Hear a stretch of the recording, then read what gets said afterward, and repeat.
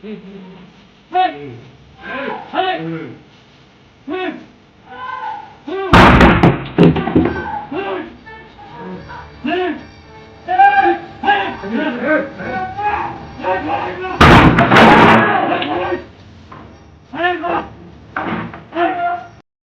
Friends, welcome to my YouTube channel.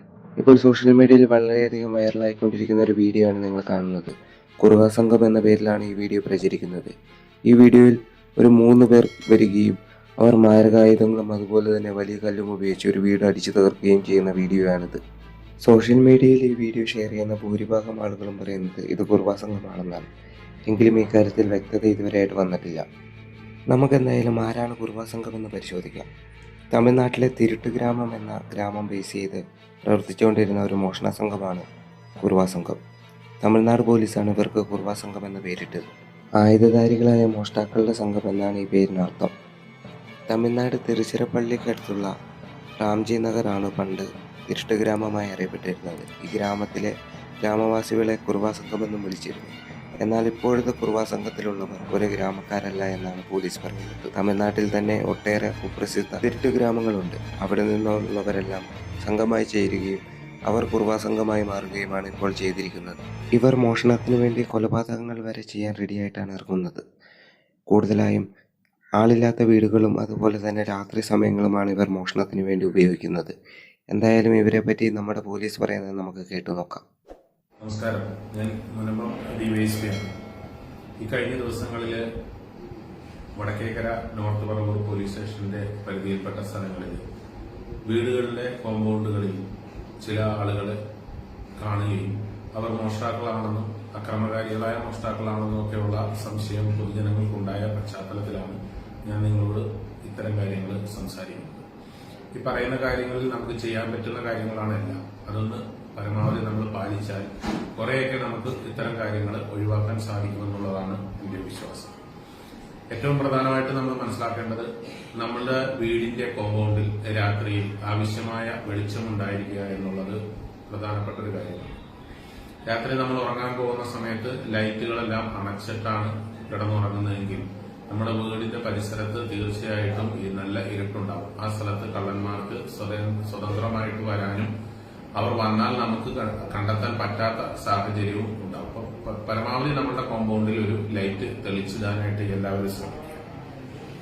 മറ്റൊന്ന്, നമ്മുടെ കോമ്പൗണ്ടിൽ സൂക്ഷിച്ചിരിക്കുന്ന അലക്ഷ്യമായിട്ടിട്ടിരിക്കുന്ന പല വസ്തുവകകളും, ഉദാഹരണം പറഞ്ഞാൽ നമ്മൾ നിർമ്മാണത്തിനും മറ്റൊക്കെ ഉപയോഗിച്ചിട്ടുള്ള കമ്പി അതുപോലുള്ള വസ്തുക്കൾ, ആയുധങ്ങളായിട്ട് ഉപയോഗിക്കാൻ സാധ്യതയുള്ള വസ്തുക്കൾ, അത് ഒരു വലിയ കല്ലാണെങ്കിൽ പോലും നമ്മുടെ കോമ്പൗണ്ടിൽ അലക്ഷ്യമായിട്ട് ഇട്ടിട്ടുണ്ടെങ്കിൽ അത് തീർച്ചയായിട്ടും അപകടകരമാണ്. അപ്പൊ അത്തരത്തിലുള്ള വസ്തുക്കൾ നമ്മുടെ കോമ്പൗണ്ടിൽ ഇല്ല എന്നും പുറത്തുനിന്ന് വരുന്ന ഒരാൾക്ക് അതെടുത്ത് നമ്മൾക്ക് നേരെ പ്രയോഗിക്കാൻ സാധിക്കില്ല എന്ന് ഉറപ്പുവരുത്തുക. അത്തരത്തിലുള്ള സംഗതികൾ ഉണ്ടെങ്കിൽ പൂർണ്ണമായും ഒഴിവാക്കുക.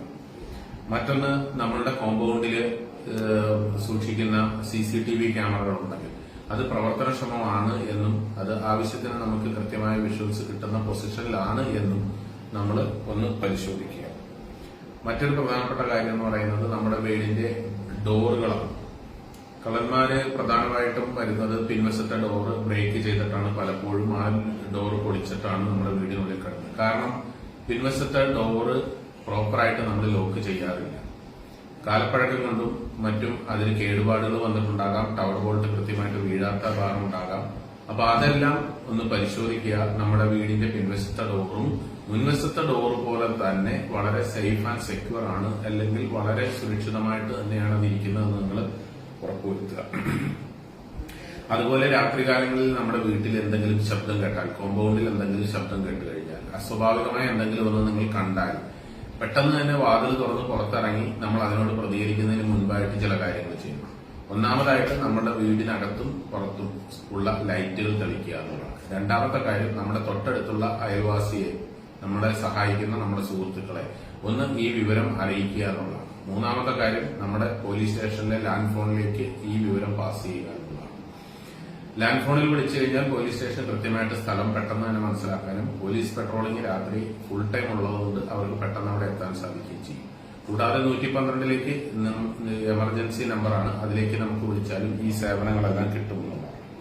അപ്പോൾ നിങ്ങളുടെ മൊബൈൽ ഫോണിൽ ഈ പറയുന്ന നമ്മുടെ സുഹൃത്തുക്കളായിട്ടുള്ള അയൽവാസികളായിട്ടുള്ള ആളുകളുടെ ഫോൺ നമ്പറുകൾ നിർബന്ധമായും സേവ് ചെയ്ത് നിങ്ങൾ ആവശ്യത്തിന് ഉപയോഗിക്കുക എന്നുള്ളതാണ്.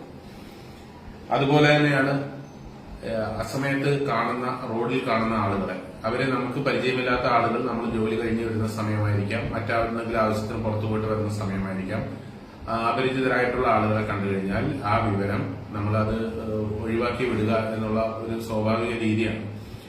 നിങ്ങൾ ആ വിവരം ഒന്ന് പോലീസ് സ്റ്റേഷനിലെ ബന്ധപ്പെട്ട ഇന്ന പോലെ സംശയകരമായ ആരെങ്കിലും പോകുന്നുണ്ടെങ്കിൽ അല്ലെങ്കിൽ കണ്ടിട്ടുണ്ടെങ്കിൽ ആ വിവരം ഒന്ന് അവരെ അറിയിക്കുക. ഇത്തരം കാര്യങ്ങളിൽ നമുക്ക് ജാഗ്രത പുലർത്താൻ സാധിച്ചാൽ തീർച്ചയായിട്ടും ഈ പറയുന്ന സംശയങ്ങൾക്കൊന്നും ഇടവരാത്ത രീതിയിൽ നമുക്ക് വളരെ സമാധാനമായിട്ടുള്ള ഒരു ജീവിതം ഉറപ്പുവരുത്താൻ സാധിക്കും.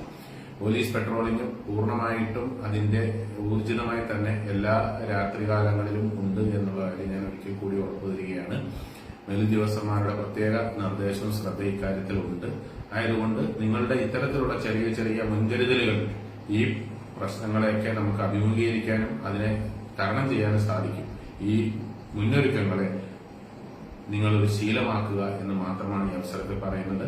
നിങ്ങളുടെ എല്ലാ സമാധാനപരമായ സുരക്ഷിതത്വപരമായ ജീവിതത്തിനും പോലീസിന്റെ എല്ലാവിധ പിന്തുണയും ഈ അവസരത്തിൽ ഒരിക്കൽ കൂടി പറഞ്ഞുകൊണ്ട് നിർത്തുന്നു. നന്ദി, നമസ്കാരം.